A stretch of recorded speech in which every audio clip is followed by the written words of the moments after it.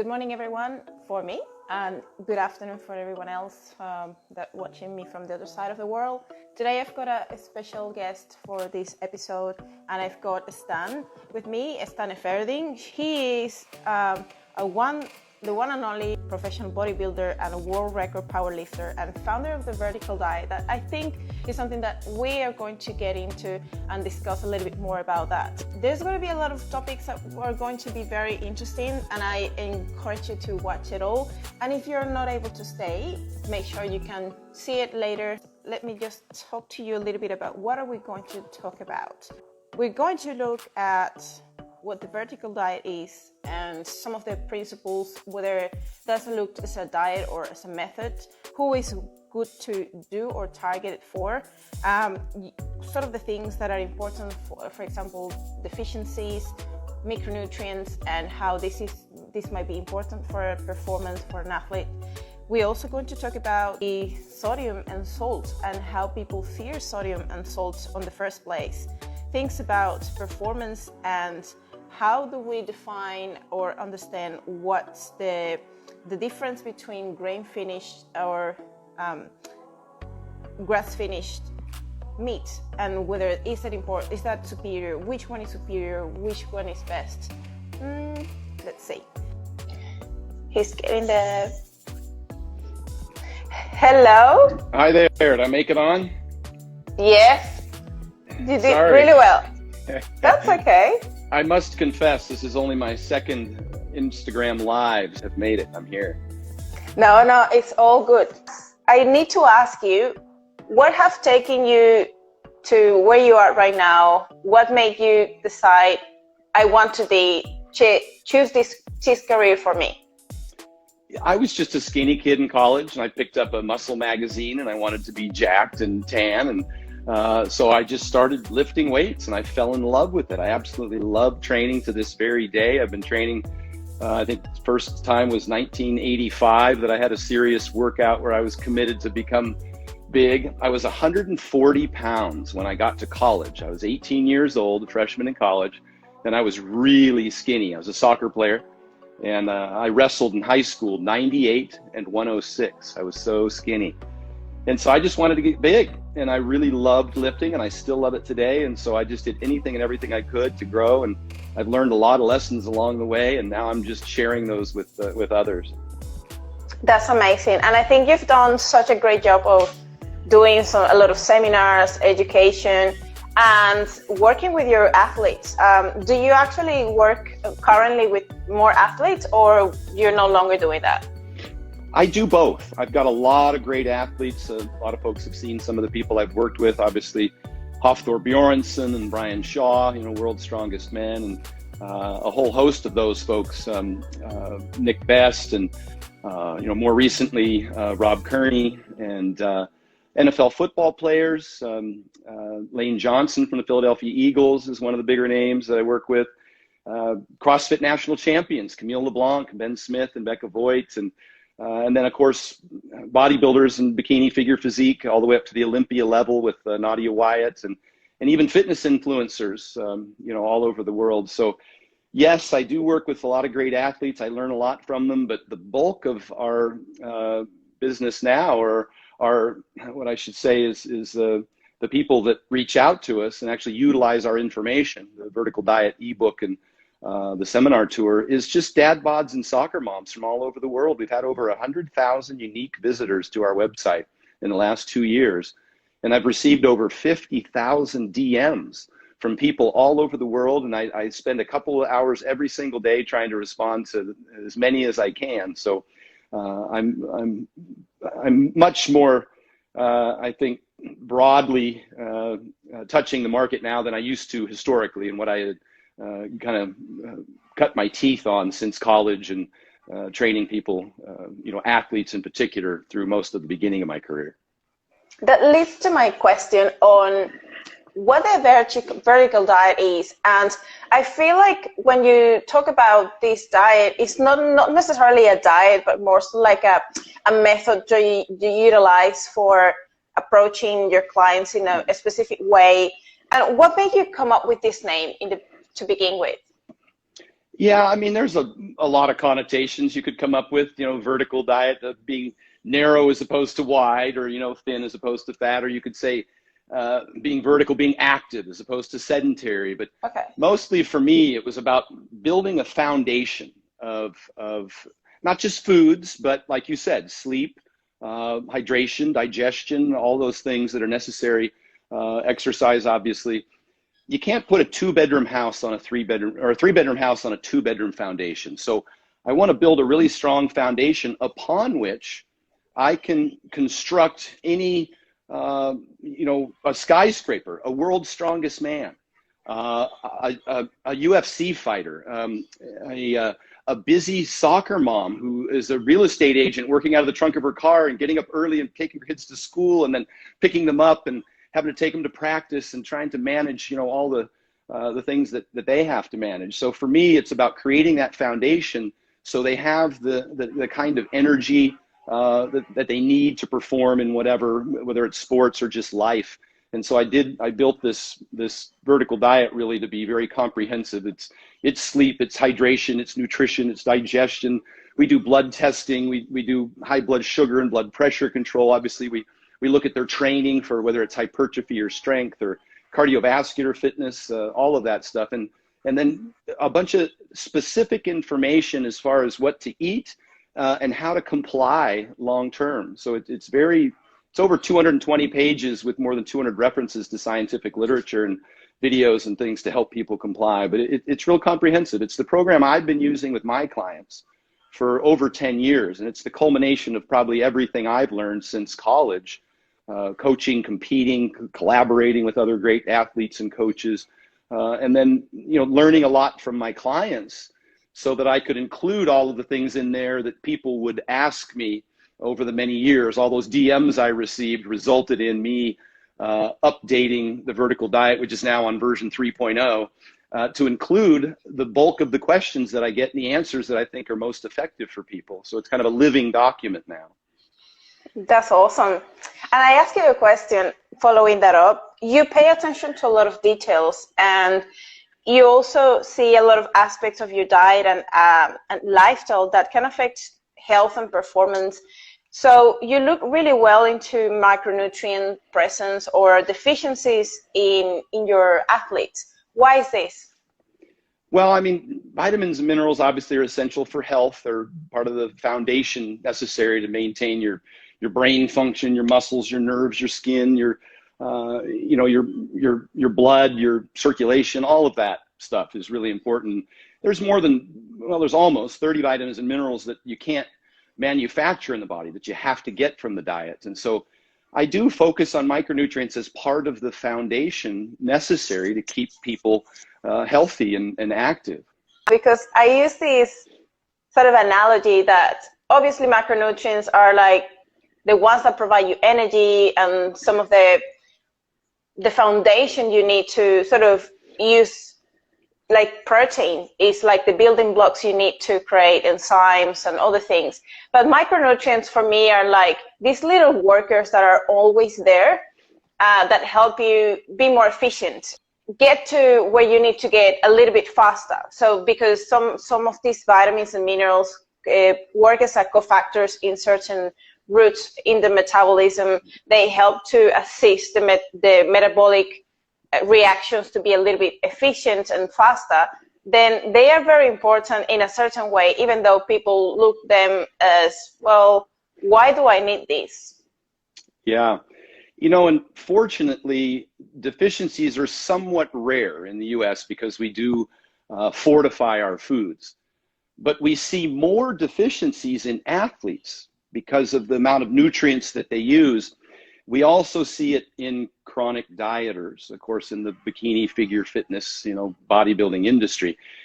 And unfortunately now, more and more so in the general population who started to follow those very micronutrient deficient diets that they think are working for these bikini girls, when in fact, there are a lot of problems. So these women suffer from a host of micronutrient deficiencies as a result of this over restriction and over cardio, not the least of which for women in particular is the female triad, anemia, low iron, amenorrhea, the cessation of the menstrual period, osteoporosis, hypothyroidism. These are all the dirty little secrets that the soccer moms don't see when they see these bikini girls on stage in the best shape of their life and start to follow their diets and don't realize what they're going through behind the scenes. I, being on the inside for more than 3 decades, I'm quite familiar with what happens, and the hair falling out and the depression and the nutrient deficiencies and all the female triad that I mentioned. And it's become so prevalent now since this industry's exploded in the last 5, 6, 7 years. The general population is now following their diets, and I think tragically so. I think that they're terribly deficient and unnecessarily so.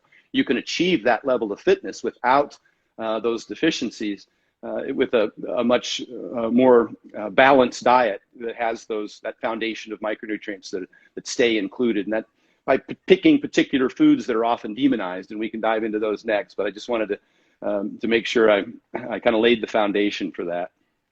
Yeah, it makes sense to think about people that are not necessarily in maintenance, but they are chronically dieting, or athletes that are continuously doing their best in performance and the field, or they just, obviously their requirements are much higher than a normal person. And here we come to the normal population that is trying to follow fad diets with no foundation, or not necessarily knowing what they need to do, but they actually cutting out food groups from the diet. They are restricting calories to 800 calories a day just to see weight to be lost as fast as possible. Shortcuts, and detoxes, celery juice, these sort of diets that they don't really have much further than just create a calorie deficit to make you lose weight. But at the end of the day, they are also not just making you lose weight too fast and unsustainably, because you don't learn the foundations on behavior change or habits to keep it off for longer, but they actually put you in a situation where you're not learning anything, and then since you restricted so much, you're going to bounce back, and sometimes even worse.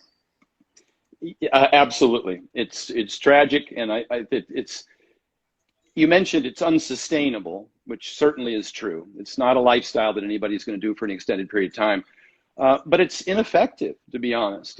Maybe in the short run you can experience some weight loss, but you'll end up with a lot of muscle loss and a lot of these health issues. And it's unnecessary, because you can use a more well-rounded whole foods diet and not suffer from all of these deficiencies and still achieve the same level of fitness that you're intending. And then it's more sustainable. You'll be able to hold on to it because you'll retain more muscle tissue and you won't have all those health problems.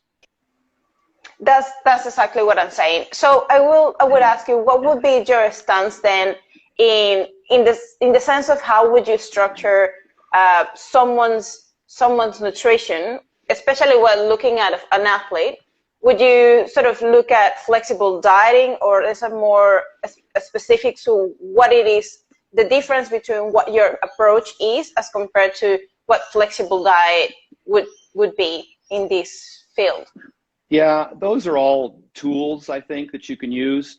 The first thing, again, is I like to build a foundation. I like to use whole foods. There's obviously, two of the biggest reasons people fail on a diet is they get hungry and they get tired.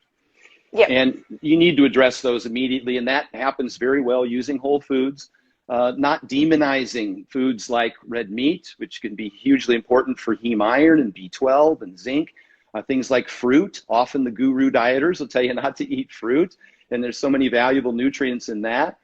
Things like dairy, and even if you have a lactose intolerance, you might very well be able to tolerate some Greek yogurt, small portions of Greek yogurt, just because of the importance of those micronutrients, the calcium in particular. Things like salt. We often restrict salt.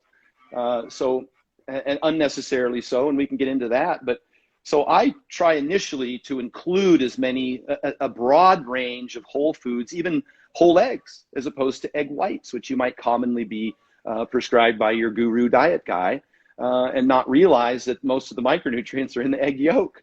And so I include all of those foods in the diet, in salmon for EPA, DHA.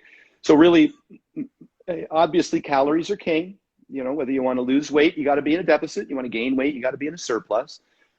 Next up, in terms of macronutrients, protein is typically the most important of those for retaining lean body mass and helping with satiation. And then where you move fats and carbs is really a matter of personal preference. I tend not to want to be too extreme in either direction. I don't want to have carbs or fats below 5 or 10% of the total caloric intake. But there might be circumstances under which certain individuals will present with, say, severe autoimmune disorders or type 2 diabetes, who may need to do a bit of initial restriction to be able to address some of the symptoms of those things, in which case you might have to cut out more foods. Certainly if somebody's got digestive distress, then you'd want to start doing some elimination. But generally speaking, you want to include as much as you can, as broad as you can, whole foods because they're more satiating, more micronutrient dense. And then everything else is a strategy that you use based on how you think the individual, or how the individual presents that they can comply better. Strategies are intermittent fasting. Keto is a strategy. Just knocking out a food group will help reduce calories, and it might help some people with satiation. The research suggests ad libitum eating tends to go down a little bit for some people with intermittent fasting or with keto. And so it's really a matter of what can your client comply with long term. And if there has to be a severe initial intervention just to get them kick-started, that's fine. But generally speaking, after 6 months or a year, in order to get long-term compliance, people tend to migrate back towards a pretty balanced macronutrient diet. I have two follow-up questions to that. One of them is, when it comes to get your athletes and your clients to go to the weekend and have go in a party, or that flexibility of having things that probably are not necessarily very nutritious, what is your stance with your clients with that? And then the second question would be, what is your stand on meal plans? So are you a believer of that meal plans can be somehow helpful for certain people to give some structure, some basics, rather than just telling them, well, you just need to aim for this amount of protein, this amount of carbs and fats, whatever you want, but just track it and follow it. So what would be the stance in these two questions? Boy, I hate to sound like a broken record, but we're right back to what's best for the client. With respect to, wanting to go out on the weekend and having a cheat meal or hang out with their friends, there are those people who can manage that by decreasing some calories the day before or over the course of the week, and then having those extra calories on the weekend.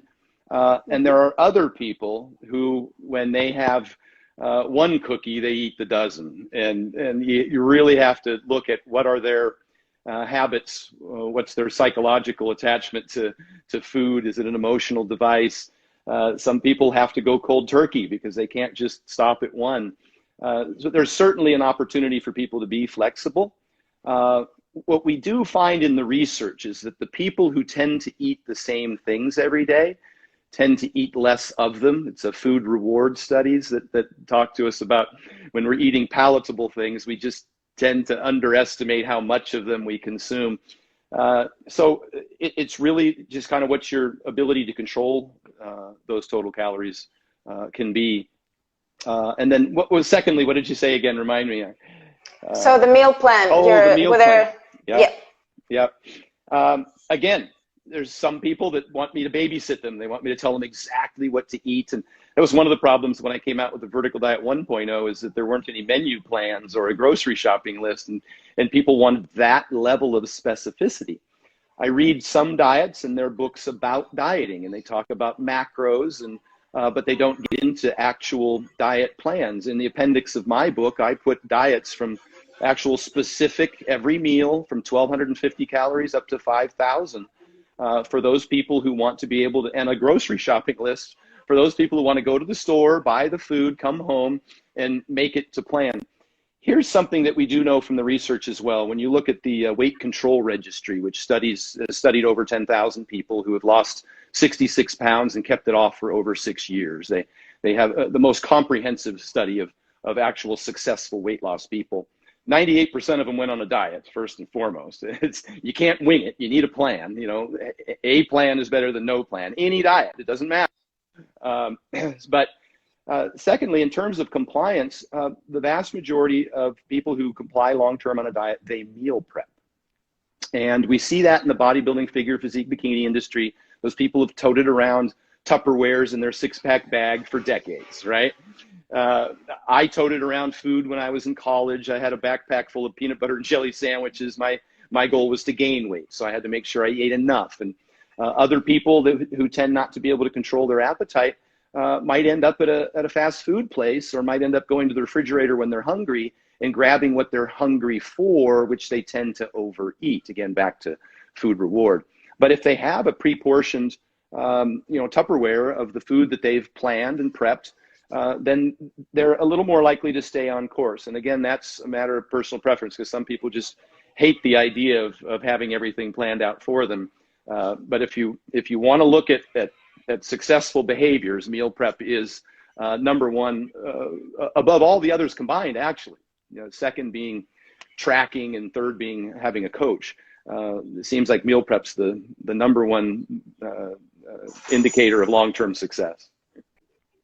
When you talk about meal prepping, it's more about like not necessarily looking like one day full of cooking, but more so like simplistically doing your own meals, and even if they are simple and you can grab things that are more convenient or easy to assemble, but not necessarily like spending a full day cooking. Or what is the concept for you about meal prep? Being able to control your own food and make like ingredients and the cooking that goes into it? That's a big one. It's really hard to estimate calories at restaurants. They're off by 50%. The menus are. We're off by 50% when we're judging portion sizes. Labels are off by 20 to 30%. Registered dietitians are off by 20 to 30%. The research shows us that it's really hard to count calories unless you're controlling. You kind of almost got to get down to portion control, at least initially, until you get a good understanding of what a 5 ounces or 4 ounces or 3 ounces of meat looks like, because we'll trend towards larger portion sizes over time. And that, again, the golden rule, that'll start to put more calories on our diet. So at least initially, so people get familiar with what portion sizes look like, I like them to weigh them. And then, prepare that meal and have it portioned and in the, for them. Or just so you have the things and a convenient way of preparing them so it doesn't take very long. But mostly what I find is when I leave the house, I like to have myself and my clients take a meal or two with them, so they're not out in a food, island trying to go to a fast food restaurant and, and make things work for a diet. So I encourage them to use the thermos. I talk a lot about that thermos on Amazon. It's only $20. I don't make any money saying that, but it keeps your meals hot for like 10 or 14 hours.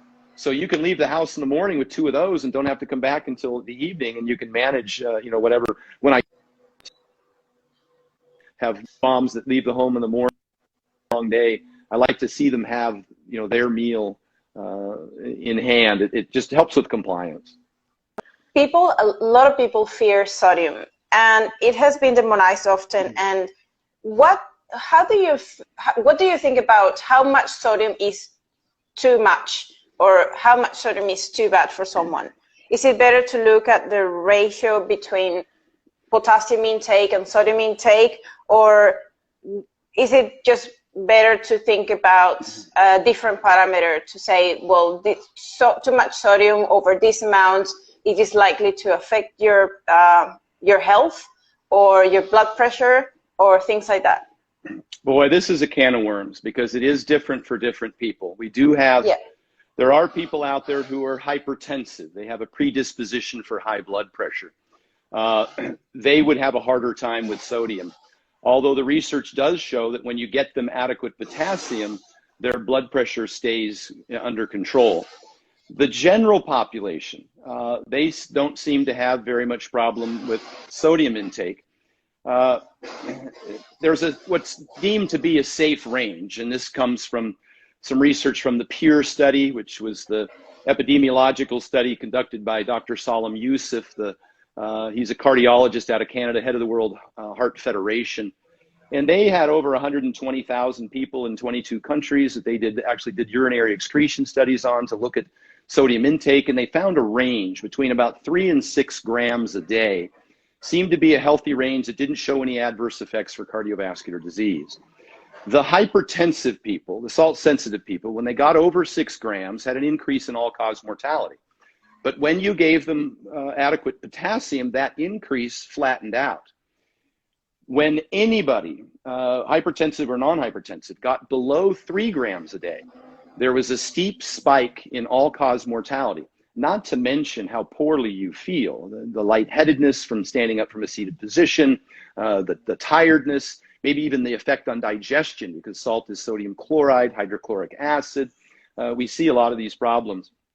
It's very beneficial for people who are exercising, healthy, metabolically healthy individuals. It helps with stamina and performance and endurance and recovery. We recommend, and it's consistent with the recommendations of the International Society of Sports Nutrition, that people consult their meals to taste. Your tongue, it's a negative feedback loop. You won't keep wanting more and more. Your tongue will tell you based on the temperature, your workload, the humidity, even your size. All of those things make a difference, since it's hard to prescribe a specific amount. But if you salt your meals to taste, particularly if you're not eating fast food and you're not eating processed food, because you're not getting a lot of sodium then, and you're preparing your own food at home, and we've been taught not to use salt, that's a time which you'd need it. Same would be true if you went keto and cut out carbohydrates. Carbs hold 4 parts water. That's 70% sodium in that water. That accounts for what they call the keto flu, the brain fog and tiredness that people get when they initially cut out carbohydrates. It's really a lot of it's sodium, not necessarily carbs that they're depleted in. So all of those things are very important.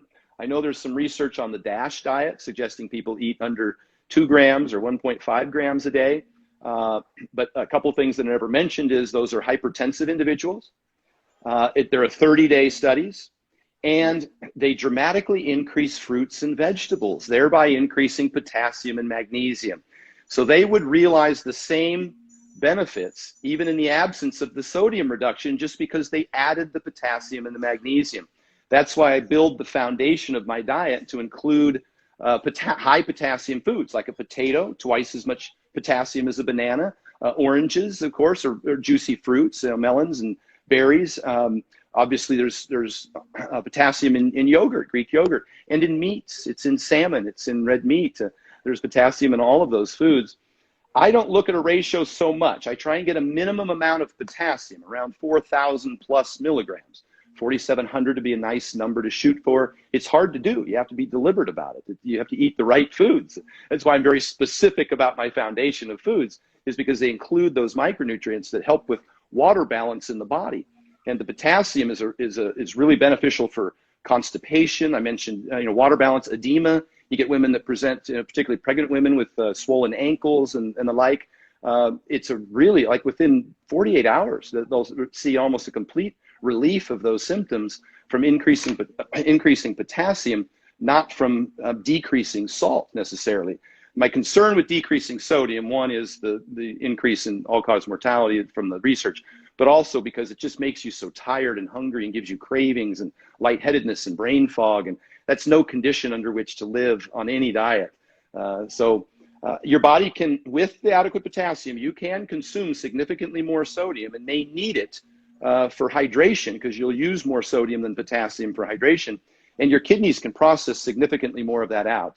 It's intracellular, extracellular, and so they don't necessarily have to be even. If there's an adequate amount of potassium, it'll hold that gradient, and then the extra sodium can be processed by the kidneys. So the ratio isn't that critical if you have adequate potassium. Yeah, and people that listen to that will come and tell you, well, should I supplement or take potassium tablets if my potassium is very low? And I know this is not amazingly ideal. just because you can go over to a point that is actually very risky for your health. Yeah, and another reason is because potassium supplements are really hard on the lining of the stomach. One of the foremost researchers in the world on thermoregulation and hydration is Dr. Sandra Godick from the Heat Institute.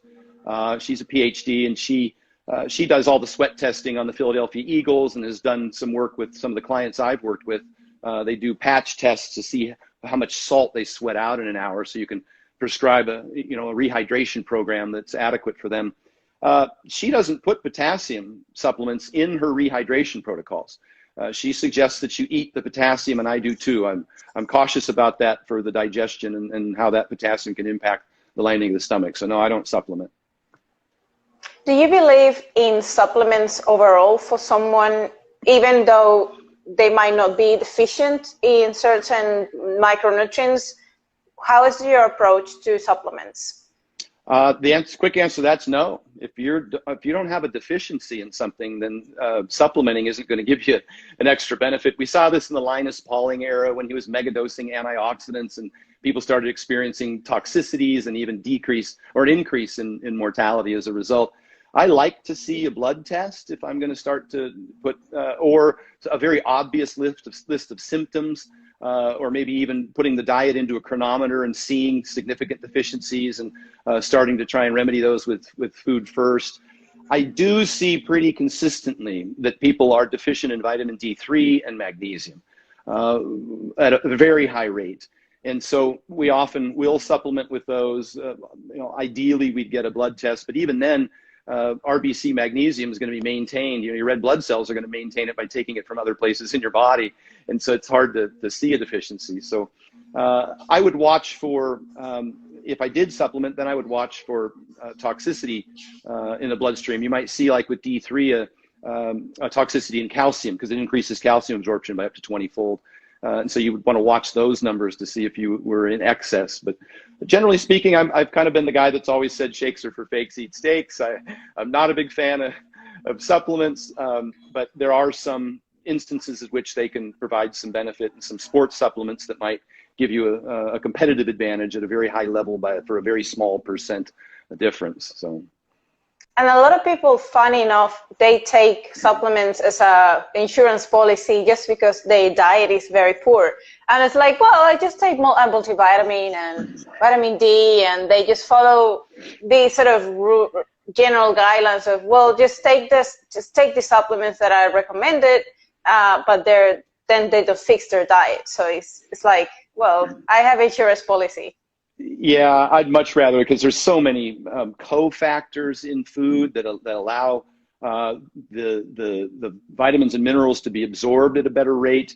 Like if you're taking D3 but you're deficient in magnesium, you're going to have a hard time with absorption. If you're taking calcium but you're deficient in D3, you're going to have a hard time absorbing the calcium. So if you're taking iron, you might end up with toxicities that you might not get from eating iron from food. We see this quite commonly. We also saw in the Physicians' Health Study or survey, I think it was quite a large one, they did not see in the research realize a decrease in all-cause mortality from taking multivitamins. Interestingly enough, the researchers, the authors themselves, the doctors, said that they still take a multivitamin because why not? So it seems that there's no real advantage, but they, like you said, they just use it as a stopgap just in case there's a deficiency. But I prefer to chase a broad range of micronutrient dense foods, Absolutely. And you mentioned something about bioavailability and absorption, and I want to ask you, what is your stance on cooking, especially protein sources? What is better in terms of cooking or eating it raw when it comes to bioavailability and digestibility?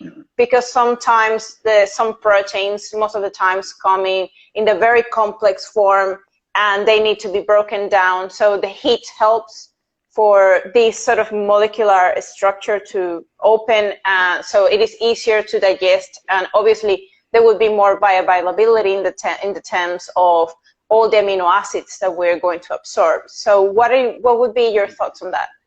Yeah, I agree with you, but beyond that, just the idea of getting pathogens from the meat that hasn't been cooked, that's going to be a dangerous thing. You see a lot of raw meat people, eventually they might end up with something, a really severe digestive problem, consuming something and getting sick. I've often said that you aren't what you eat, you're what you digest and absorb. And it's multifactorial. Bioavailability, such as heme iron versus non-heme iron, and things like vitamin A. The retinol form is easy to absorb from animal sources, but the carotenoids from vegetables are not. Things like vitamin D increasing calcium, as I mentioned, and magnesium improving vitamin D3 absorption. So bioavailability is important, but there's also digestion to consider. It starts in the mouth with mastication and the amylase release, and then you need adequate hydrochloric acid to digest the food. I mentioned sodium chloride, hydrochloric acid, and how that benefits. And people with GERD or acid reflux who are taking antacid medications have severe deficiencies in their hydrochloric acid, their ability to break down proteins and absorb them and absorb the minerals. And there's also nutrient partitioning in terms of insulin sensitivity. When you consume carbohydrates, are they getting partitioned towards fat? Are they getting shuttled to muscle? And then lastly, you have to consider even things like digestive disorders.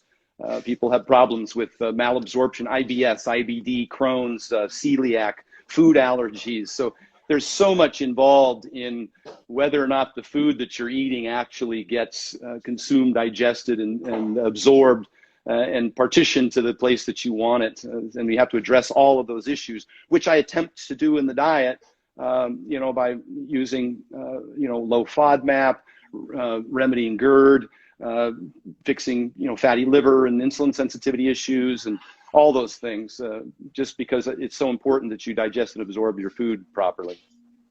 Yes, I agree. And would you be, that stance would be for every single protein source or just meat? Because I know like eggs would be the same, plus you have these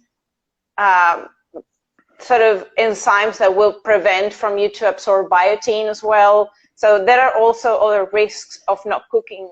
But how much can you cook or not cook?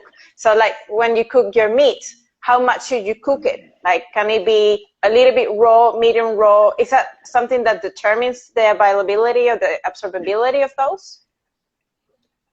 I don't think there's enough difference in bioavailability. I think the primary concern would be for the pathogens, whether or not that you cooked the food well enough so you didn't get any sort of disease from it.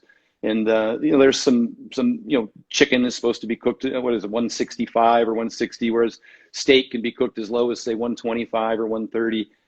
It's just a matter of what the recommendations are to minimize getting any of those potential pathogens, bacteria, et cetera, that might make you sick. That's the bigger thing. I think the nutrient, like you mentioned, the avidin in egg whites binds to biotin, which can cause skin, hair, and nail problems. And the egg whites themselves are high in bacteria, so you do want to cook those if you're going to crack and cook a raw egg that hasn't been pasteurized, like with the egg white boxes and stuff. So I recommend cooking just about everything, and even with vegetables, it's hard to absorb the nutrients from vegetables if you don't cook most of them. But then again, if you boil them, then a lot of the vitamins leach out in the water. So it seems like there's the shorter duration that you cook them while keeping it, while making sure to at least kill the pathogens, the better in terms of micronutrient retention. Okay. And what about sushi? Like sashimi, this sort of fish that you eat raw, is it the same, or would it be something different? I guess it would depend on how it was handled. There's a lot of folks end up getting, sick from eating sushi. I don't risk it. To be honest with you, I'd prefer to cook it to some degree at least. Okay, sounds reasonable. Now, let me ask you one thing about meat. So there is a lot of people coming saying grass-fed or grass-finished is much better than grain-finished. Is there really something that makes it superior to grain-finished, whether it is a ratio of omega-3s to omega-6? It is actually something that we should need to worry about.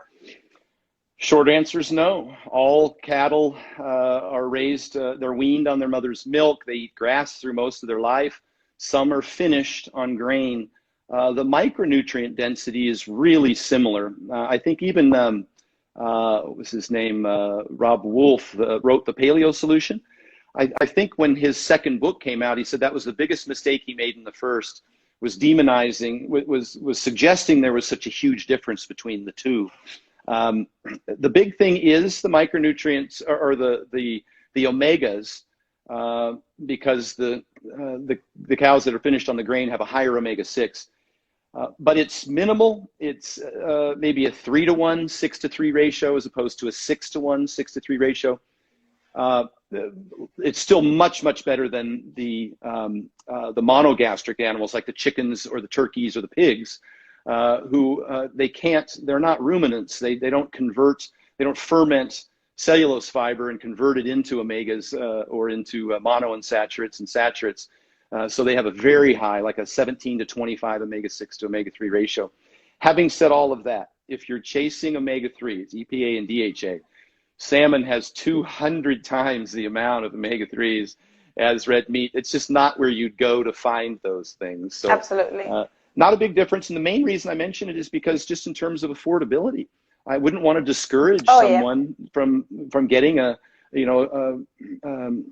grain finished beef, which is just as high in zinc and iron and B12 and creatine and all of those things, carnitine, because they perceived there to be a significant difference.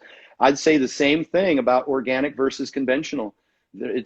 Organic's not better for the environment. It doesn't have higher micronutrient density. There's no difference in terms of pesticides, whether they're natural or synthetic is the only difference. But I don't want to discourage, make a mom feel guilty because she can't afford organic and your kids want fruits and vegetables. They're equally as beneficial and important for their diet. So I don't want to try and create some scenario under which people feel as though they're doing poorly because they can't afford organic or grass finished. And a lot of people come as well with the same idea, fearing that natural is better always than having something that is like canned or frozen. And at the end of the day, there's not much of a difference. And as long as you at least having it is better than having nothing. No, 100%. And it's not even better than having nothing. It's equivalent. Canned food or frozen food. You need to go no further than, if people are concerned about this stuff, examine.com. Kamal Patel and his group of great researchers over there have done a very deep dive into these myths. Eggs are bad, salt's bad, red meat's bad, and organic versus conventional. The list goes on and on, all of these myths. And they've composed and compiled all of the research, the meta-analyses and the randomized controlled trials. And they take a deep 95% of health benefits are realized simply from weight loss itself, irrespective of the diet. And we even saw that in the McDonald's diet, where the professor ate 1,850 calories a day and walked for 30 minutes. And within 30 or 40 days, he lost 30 pounds eating only at McDonald's, Big Macs and apple pies and ice cream and fries.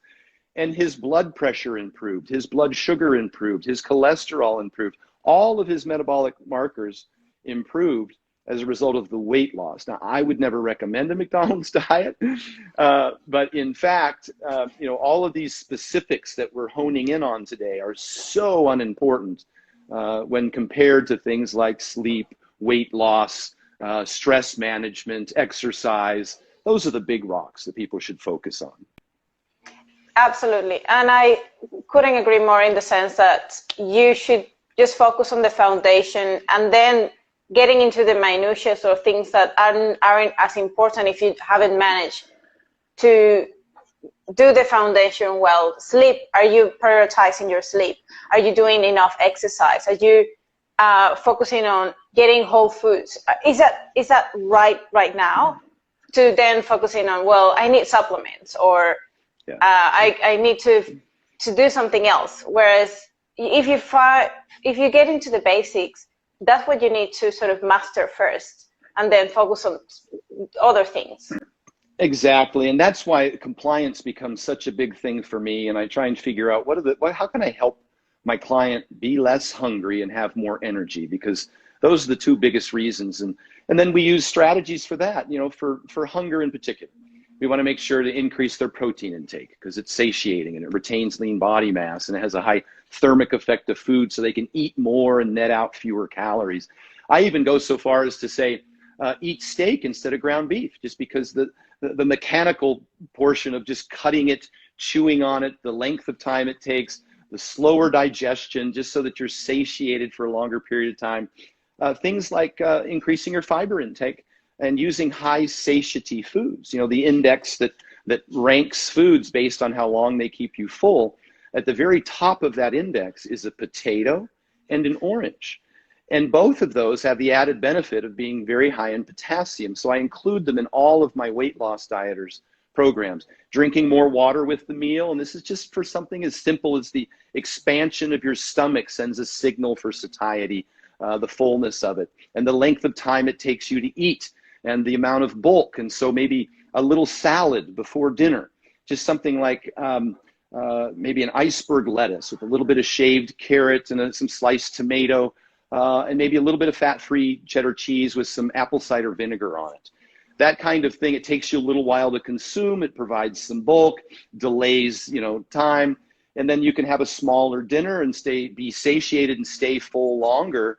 You might be able to eat a little earlier and not be too hungry before bed, which is that's actually the time when most people tend to end up going over on their calories.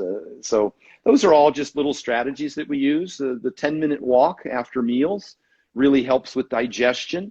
It helps with blood sugar controls. They might not experience as significant a peak in blood sugar, which would then result in more insulin and then a drop in blood sugars, which might create a low sugar, a hypoglycemic event, which would make you hungrier and want to eat more.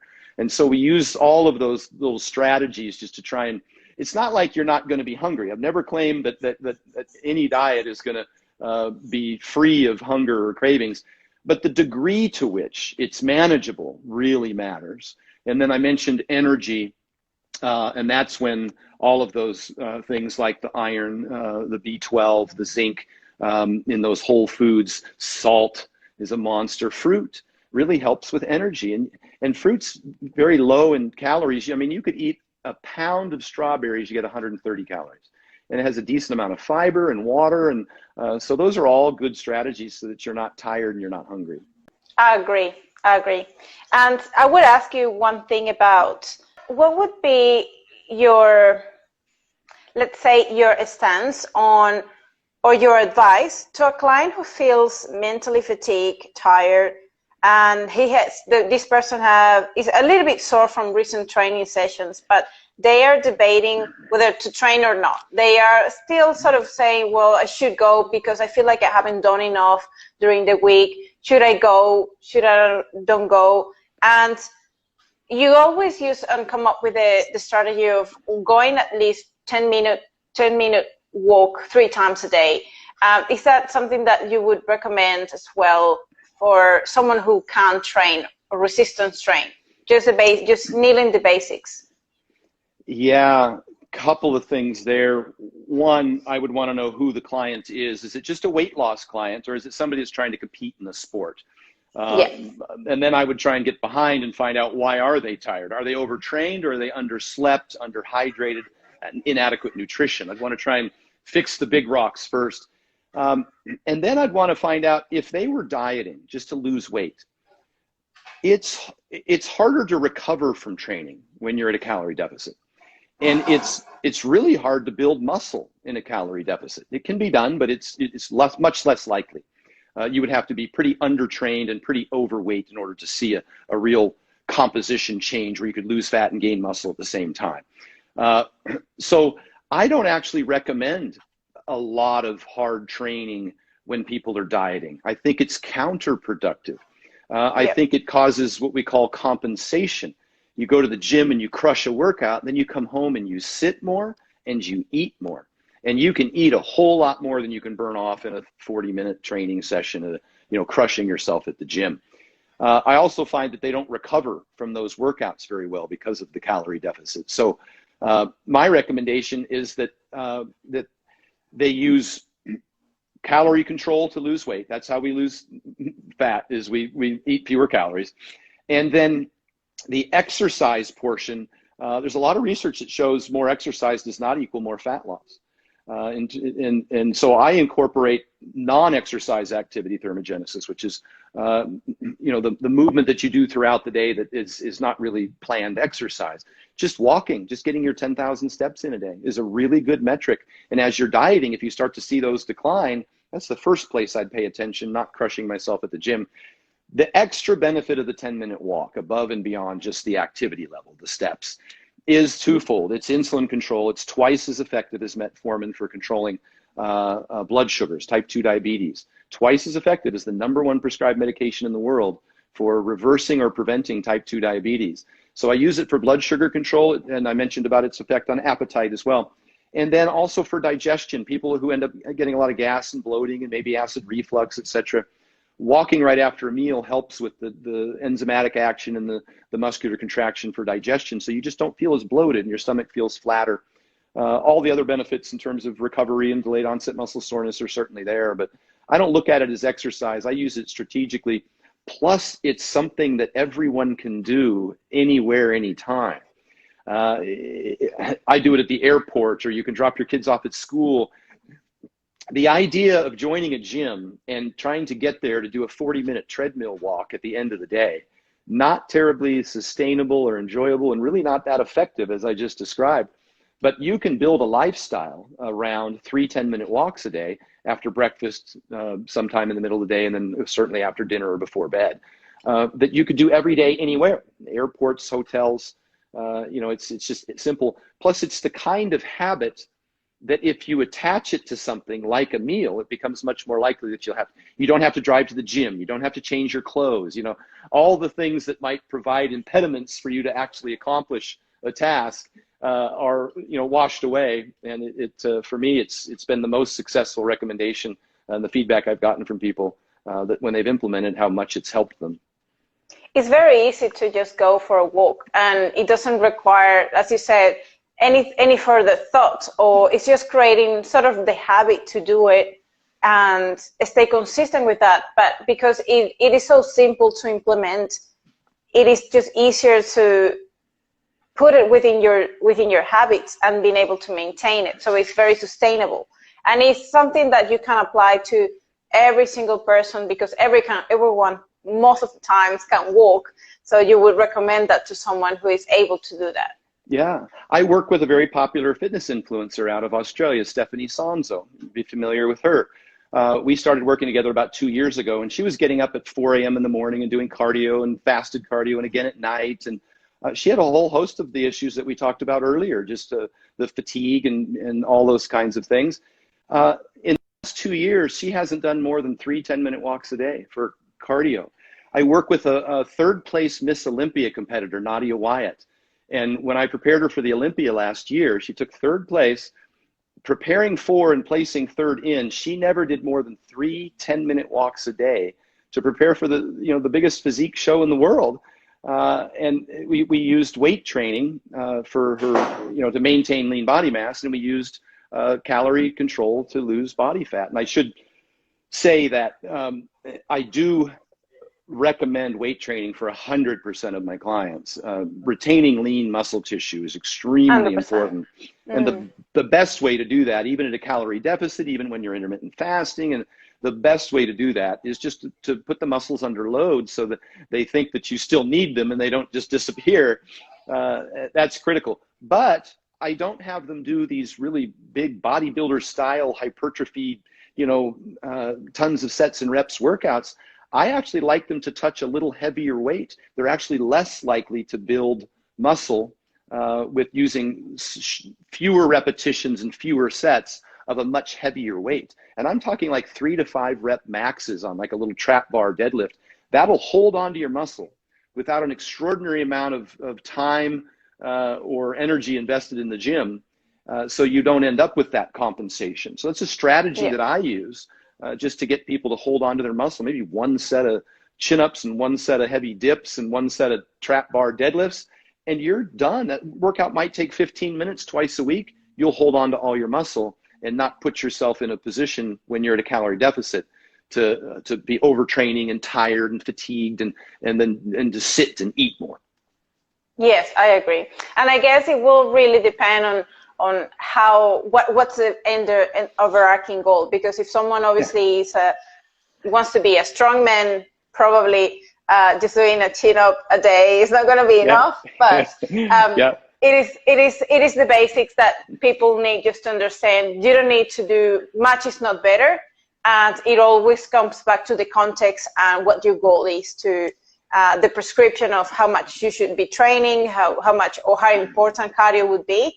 Well, cardio would be more important for someone who is like an endurance athlete that might need to keep that up so they can perform well. So it really depends on the actual context of what the person is looking for. Yeah, and I would rarely have one of my athletes on a calorie deficit. It's not optimal for performance, and so I would keep them on a surplus. But the opposite side of that is that people who eat too much too often and end up with metabolic syndrome. They get over fat and have fatty liver disease and high blood pressure and high blood sugar and high cholesterol. That's a big problem amongst a lot of my bigger athletes, and we manage that as well. Obviously, with blood pressure and blood sugar, we have some pretty detailed checklists on behaviors they need to implement to fix that problem. Stan, I think we are running out of time now. So I do want to say so much thank you for being here, for accepting the invite to come along and having this fun conversation with me. Where can people find you? Yep, and before I say that, I want to say congratulations on your site, such a big following in such a short period of time, because you put out really quality information. It's enjoyable to read, and it's science-based, and so your audience is definitely benefiting from that. I'm at stanefferding.com, at Stan Efferding, and my YouTube, Stan Efferding, so I'm easy to find at any of those places. Like any tip or any advice before you saying goodbye? Yep, above all else, compliance is the science. So stick with it and do your best. We're rooting for you. That's great. Stan, thank you so much for coming, and I will hopefully see you soon. Thank you for having me. Appreciate it.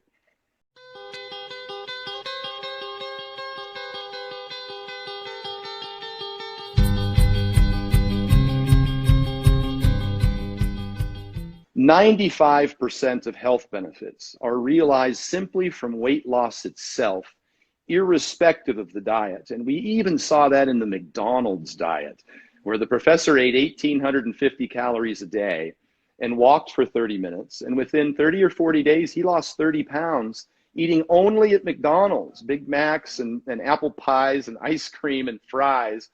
And his blood pressure improved, his blood sugar improved, his cholesterol improved.